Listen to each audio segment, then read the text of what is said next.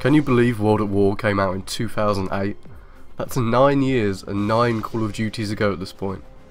And it was a great game, but the thing is, it came out at a time when everyone was getting seriously sick of World War II shooters. The market had become incredibly saturated, and the sales figures of World at War reflect the indifference felt by most people.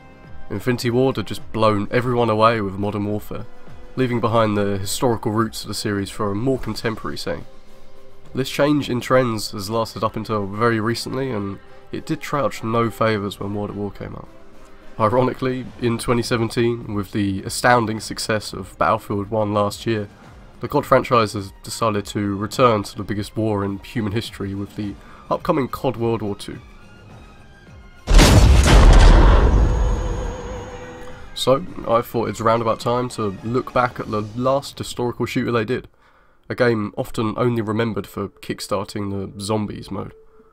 The campaign shouldn't be forgotten though. It had some well crafted and memorable moments, and is probably my personal favourite COD single player ever.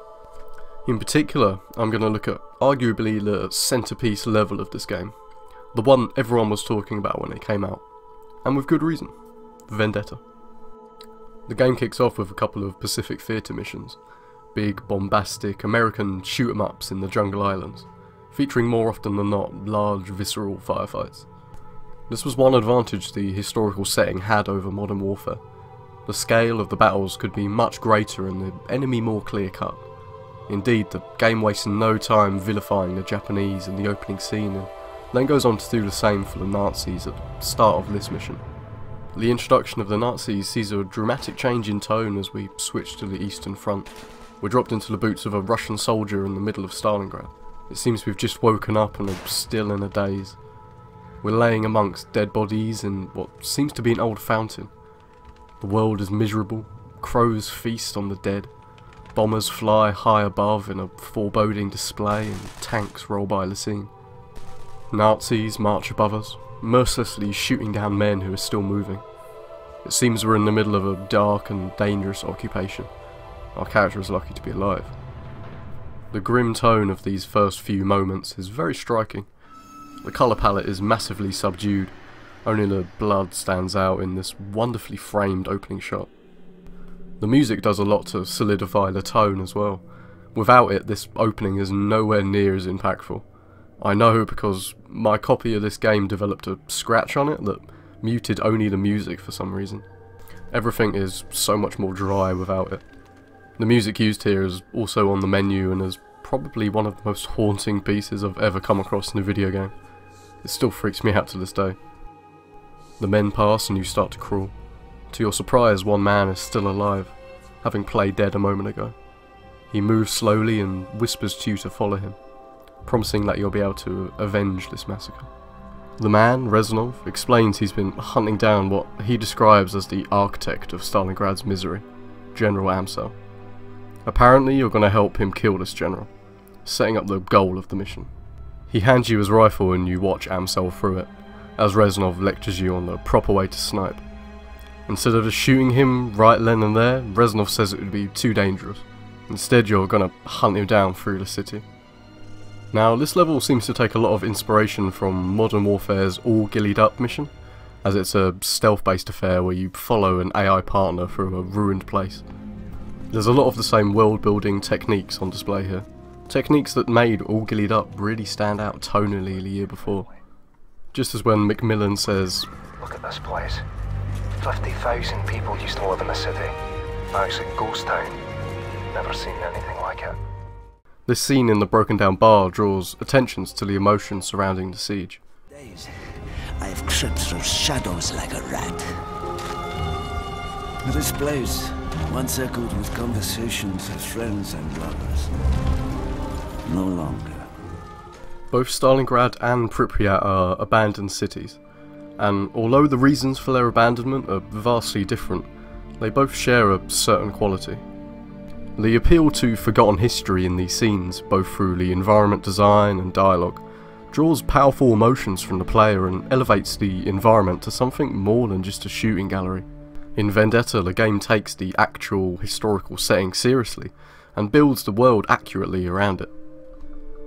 This scene deepens the emotional tone, as well as clues the player into Reznov's state of mind and want for revenge, which you begin to share as he talks. It's important for Call of Duty games to have moments like this. The player experience can feel rather stiff at times, like you're just a walking gun with no personality. So it's important to make the world around you feel real.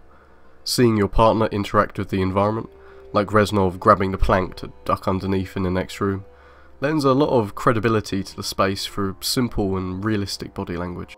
You may feel like a floating gun, but the world you're in feels like it's occupied. You come under fire and have to dive through a window to avoid certain death.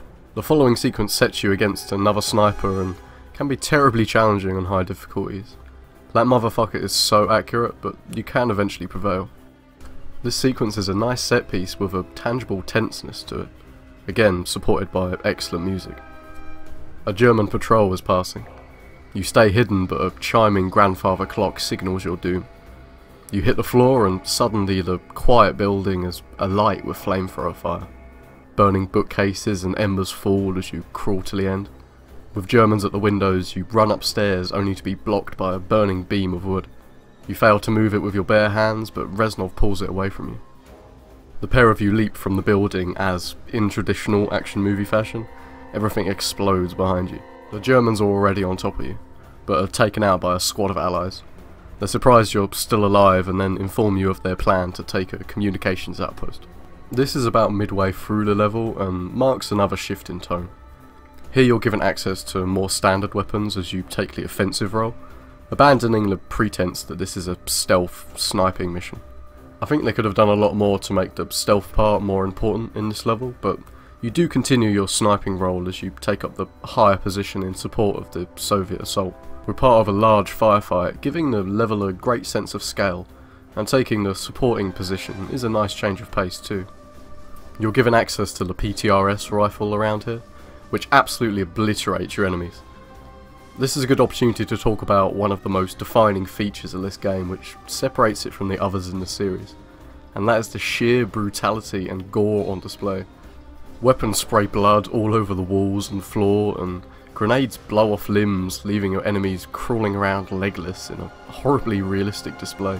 Since this game, the series has foregone this feature, perhaps under the growing realisation that despite being rated 15 or 18, these games are often played by kids. Although an interesting footnote here is that in the UK, World at War is rated 15, whereas most of the other less obviously violent CODs have been 18s. Anyway, the paradoxically both gratuitous and mature violence in this game makes it stand out, but more importantly it adds tons to gameplay.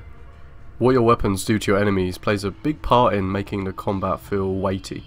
Paired with the excellent sound design and animations, bullets feel like they make a big impact when they hit, which is obviously important for a shooter like this.